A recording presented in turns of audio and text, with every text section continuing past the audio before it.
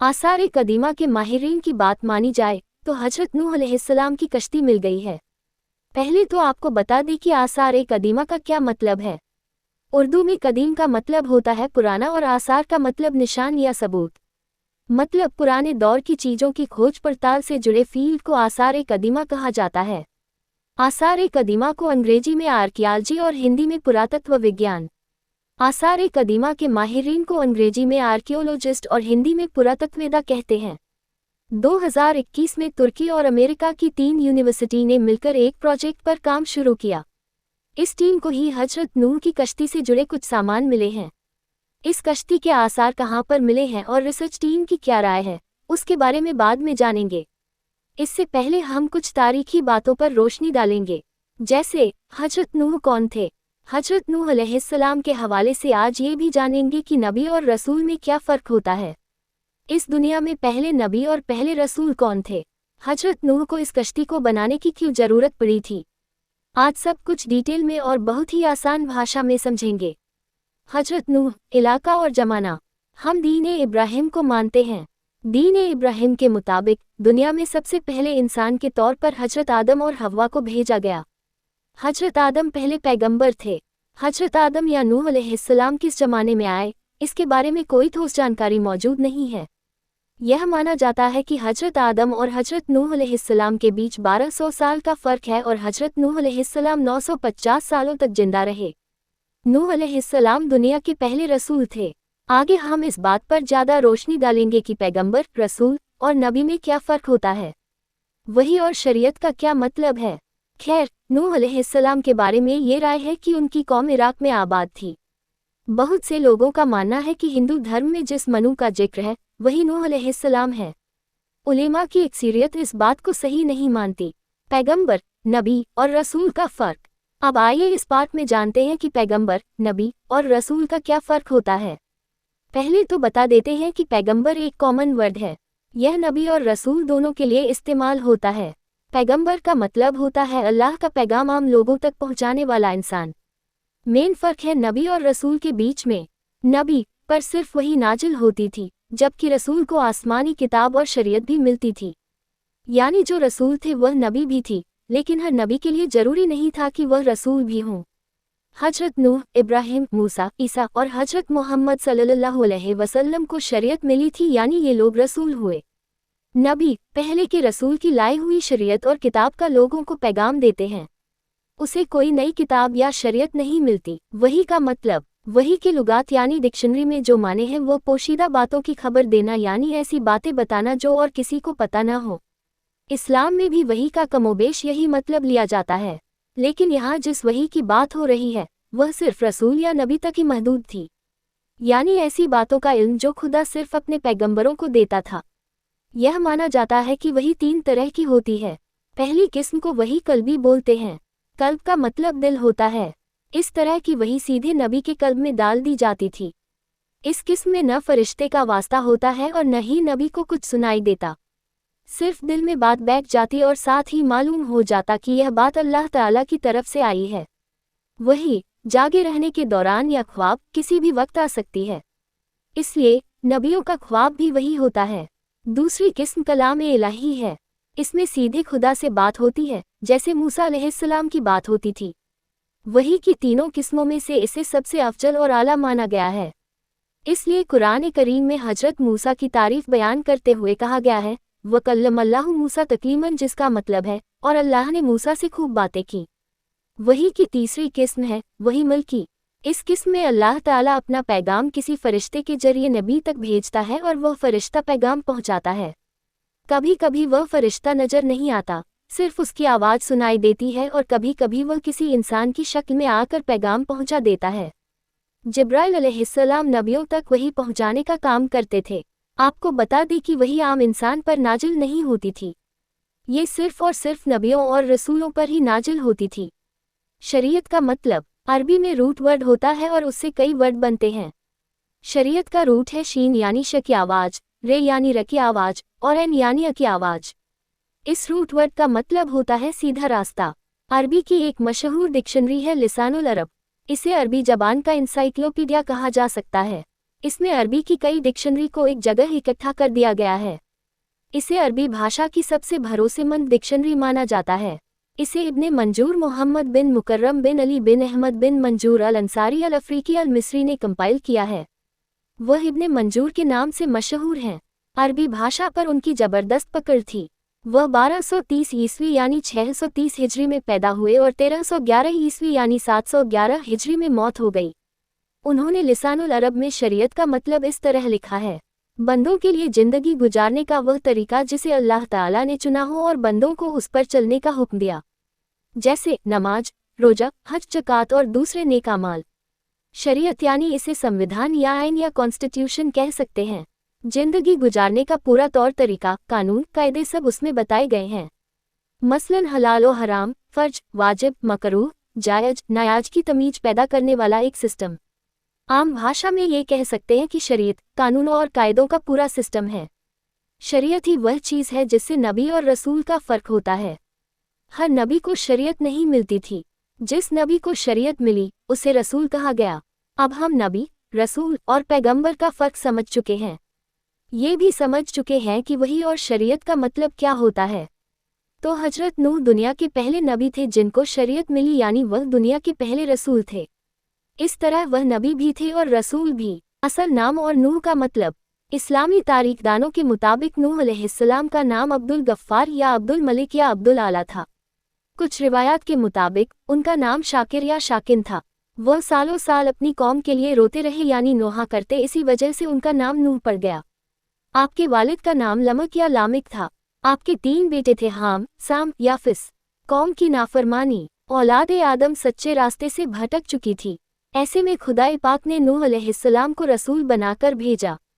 नूह अलैहिस्सलाम ने अपनी कौम को अल्लाह के रास्ते पर लाने की कोशिश की, उन्हें सच्चे मजहब की दावत दी। उनकी कौम ने बात माननी तो दूर उल्टा उनका मजाक बनाना शुरू कर दिया। वे लोग कहते कि अल्लाह को नबी ही बनाकर भेजना था तो किसी दौलतमंद को बनाकर भेजते या फिर फरिश्ते को। हम जैसे इंसान को नबी बनाकर क्यों भेजा, और वह भी आम से इंसान को। चुनांचे बहुत ही कम ऐसे लोग थे जिन्होंने हजरत नूह की दावत कबूली और राह हक पर आए। उनमें बड़ी तादाद गरीब और कमज़ोर लोगों की थी। उनकी नाफरमान कौम जब गरीब और कमज़ोर लोगों को देखती तो वे लोग घमंड से कहते कि हम इनके जैसे गिरे हुए नहीं हैं, जो तुम्हारी बात मान ले। उन लोगों को लगता था कि उनके पास पैसे हैं, अक्ल है, इसलिए सही फैसला वही लोग ले सकते हैं।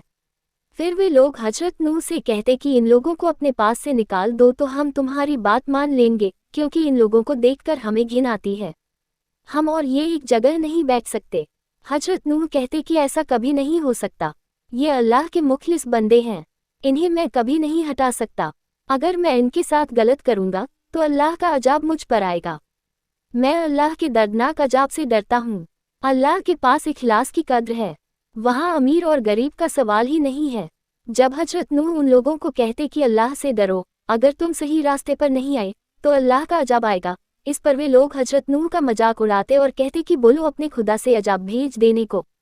नूह अलैहिस्सलाम ने बहुत कोशिश की लेकिन लोग नहीं माने। जब नूह अलैहिस्सलाम मायूस हो गए तो अल्लाह की तरफ से उनके लिए वही आई। हजरत नूह को बताया गया कि जो ईमान ले आए सो ले आए, बाकी उनमें से कोई और अब ईमान लाने वाला नहीं है, इसलिए उनकी हरकतों पर गम न कर। इसके बाद हजरत नूह अलैहिस्सलाम ने अल्लाह से दुआ मांगी और उन पर अजाब भेजने को कहा। हजरत नूह ने कहा, ऐ परवरदिगार, तू काफिरों में से किसी को भी ज़मीन पर बाकी न छोड़। अगर तू उनको यूं ही छोड़ देगा तो ये तेरे बंदों को भी गुमराह करेंगे और उनकी नस्ल भी उन्हीं की तरह नाफरमान पैदा होगी। कश्ती नूह। अल्लाह ने नूह अलैहिस्सलाम की दुआ कबूल फरमा ली और नाफरमानों के लिए सजा तय कर दी। इससे पहले अल्लाह ने नूह अलैहिस्सलाम को होशियार कर दिया। अल्लाह ने नूह अलैहिस्सलाम को एक कश्ती बनाने का हुक्म दिया ताकि जब अजाब आए तो नूह अलैहिस्सलाम और उनके मानने वाले कश्ती में सवार हो जाएं और महफूज रहें। जब नूह अलैहिस्सलाम ने कश्ती बनाना शुरू किया तो वे लोग देखकर उनका मजाक उड़ाते। खैर, नूह अलैहिस्सलाम अपने काम में लगे रहे। रिवायात के मुताबिक नूह अलैहिस्सलाम ने जो कश्ती तैयार की थी उसकी लंबाई 300 हाथ, चौड़ाई 50 हाथ और ऊंचाई 30 हाथ थी। अगर एक हाथ की लंबाई 22 इंच मानी जाए तो कश्ती नूह 547 फीट लंबी, 91 फीट चौड़ी और 47 फीट ऊंची थी। इसमें 3 मंजिलें थीं। भयानक अजाब। जब नूह अलैहिस्सलाम की कश्ती तैयार हो गई तो जमीन फटकर पानी बाहर आने लगा और मूसलाधार बारिश भी होने लगी। जमीन पर पानी बढ़ने लगा और नूह अलैहिस्सलाम की कश्ती पानी में तैरने लगी। पानी था कि थमने का नाम ही न लेता था। दुनिया के नाफरमान और सरकश लोग इस सैलाब में मौत की घाट उतर गए। नूह अलैहिस्सलाम की कश्ती जोदी पहाड़ी की चोटी पर जाकर ठहर गई। अब खुदा के हुक्म से सैलाब थम गया और जमीन ने सारा पानी अपने अंदर सोख लिया। इसके बाद खुदा ने नूह अलैहिस्सलाम को हुक्म दिया कि कश्ती से उतर जाओ, तुझ पर और उन लोगों पर अल्लाह की रहमत नाजिल होगी जो तुझ पर ईमान लाए। चूंकि इस तूफान में दुनिया के तमाम लोग ही फना हो गए थे, सिर्फ चंद लोग ही जिंदा बच गए थे। इसलिए नूह अलैहिस्सलाम को आदम सानी यानी दूसरा आदम भी कहा जाता है। उन्हीं की औलाद इस वक्त दुनिया में आबाद है।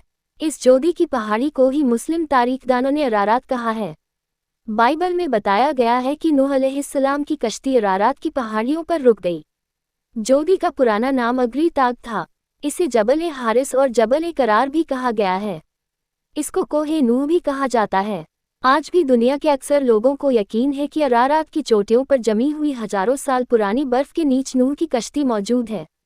आर्मेनिया के लोग इस रिवायत पर यकीन रखते हैं कि तूफान नूह के बाद दुनिया में बसने वाली पहली कौम आर्मेनिया के लोग थे। अरारात के दामन में एक गांव अग्री है। रिवायत के मुताबिक यहीं पर नूह ने अपनी कश्ती बनाई थी। रिसर्चर का मानना है कि यह वाकया करीब 5000 साल पहले ईसा पूर्व में हुआ था। अरारात की पहाड़ी। आइए अब जानते हैं कि यह अरारात की पहाड़ी कहाँ पर है। ये तुर्की का सबसे ऊंचा पहाड़ है। इसकी ऊंचाई 5137 मीटर या 16854 फीट है। ये तुर्की में ईरान और आर्मेनिया की सरहद के करीब है। अरारात एक आतिशफ़शा पहाड़ है। आतिशफ़शा मतलब वो पहाड़ जहाँ से आग, लावा वगैरह निकलता है। इसे अंग्रेजी में वल्केनो और हिंदी में ज्वालामुखी कहते हैं। अरारात आखिरी बार 1840 में फटा था। अब यहाँ बर्फ जमी रहती है। इसके आसपास के मैदान में उम्दा घास उगती है। यहाँ कुर्द कबीले के लोग अपनी भेड़ें चराने आते हैं। किसी जमाने में यहाँ आबादी थी, लेकिन अभी वीरान है। एक रिवायत के मुताबिक इस पर 1000 गांव आबाद थे। पहले तक यह मानना था कि इस पहाड़ पर जो जाता है वह बचकर नहीं आता। 1845 ईस्वी में मशहूर जर्मन जियोलॉजिस्ट प्रोफेसर हरमैन इस पर चढ़ा। उसके बाद तो यूरोपीय लोगों का यहाँ तांता लग गया। कश्ती नूह का पता लगाने के लिए अलग अलग टीम आती रहती है। क्या वाकई में मिल गई है नूह की कश्ती? तुर्की और अमेरिका की 3 यूनिवर्सिटी की टीम एक प्रोजेक्ट पर काम कर रही है। इसका मकसद नूह अलैहिस्सलाम की कश्ती का पता लगाना है। 2021 में उन लोगों ने काम शुरू किया। इस टीम ने अरारात पहाड़ पर बड़े पैमाने पर खुदाई शुरू की। खुदाई का ये काम अरारात की दुरुपिनार नाम की पहाड़ी पर की गई। ये 538 फीट ऊंची पहाड़ी है। ये पहाड़ी तुर्की के अग्री शहर के दोगुबायाजिद जिले में है। ये ईरान और तुर्की की सरहद से 2 मील की दूरी पर है। रिसर्च टीम ने दुरुपिनार पहाड़ी की खुदाई करके पुरानी चट्टानें और मिट्टी का सैंपल निकाला। उन्हें इस पहाड़ी के अंदर मिट्टी के बने सामान, समुद्री सामान और सीफूड यानी समुद्री खाने मिले हैं। रिसर्च टीम का मानना है कि यह एक समुद्री जहाज के अवशेष या बाकियात हो सकते हैं। ठीक वैसी ही कश्ती जैसी नूह अलैहिस्सलाम की बताई जाती है। हालांकि रिसर्च टीम का कहना है कि अभी और डिटेल रिसर्च की जरूरत है, तभी हकीकत पता चल सकेगी।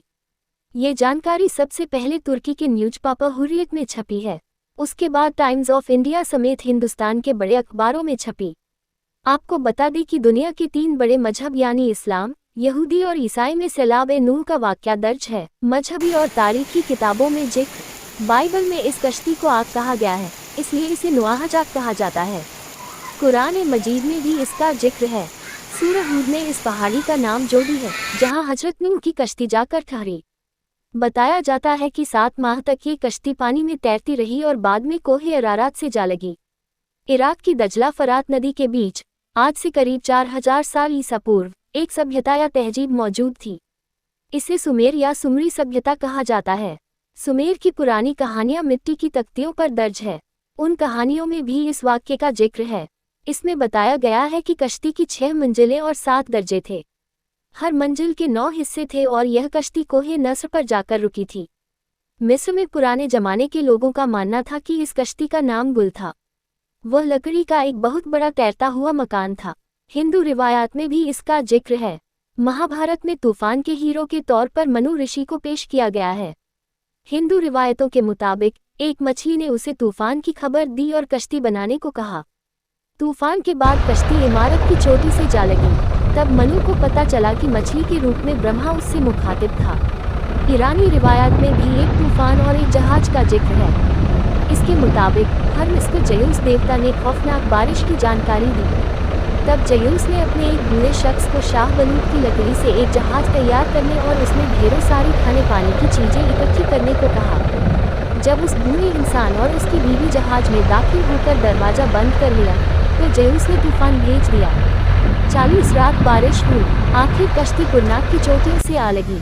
अमेरिकी कबीले नहवा में भी बाबुली और सुमरी दास्तानों से मिलती जुलती दास्तानें मौजूद हैं। इसके मुताबिक उनके देवता ततलान ने नता नामी एक इंसान को सनोबर का दरख्त खोखला करके एक कश्ती बनाने को कहा ताकि नता अपनी बीवी नैना के साथ आने वाले तूफान से बच सके।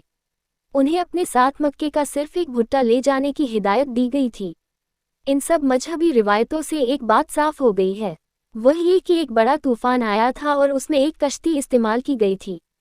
इस सब की बुनियाद पर यह कहा जा सकता है कि यह तूफान नूह ही था और यह कश्ती आग थी। अरारात के पहाड़ पर इसके रुकने के ज़्यादा सबूत है, क्योंकि कोहे अरारात के पूर्व में मौजूद पहाड़ियों से साफ पता चलता है कि किसी वक्त यह इलाका पानी के नीचे डूबा हुआ था। मशहूर तारीखदां इब्ने खल्दून के मुताबिक ये तूफान इराक के इलाकों में आया था और उसका पानी यहाँ तक पहुँचा था। दोस्तों, इसके साथ ही हमारी यह वीडियो स्टोरी खत्म होती है। यह वीडियो कैसा लगा कमेंट करके बताएं। वीडियो पसंद आया हो तो लाइक और शेयर करना ना भूलें। साथ ही हमारे चैनल पर नए हो तो इसे सब्सक्राइब जरूर कर लें और बेल के आइकन को भी दबा दें ताकि हमारा नया वीडियो आने पर आपको पता चल जाए। फिर मिलते हैं नए वीडियो के साथ, तब तक के लिए खुदा हाफिज।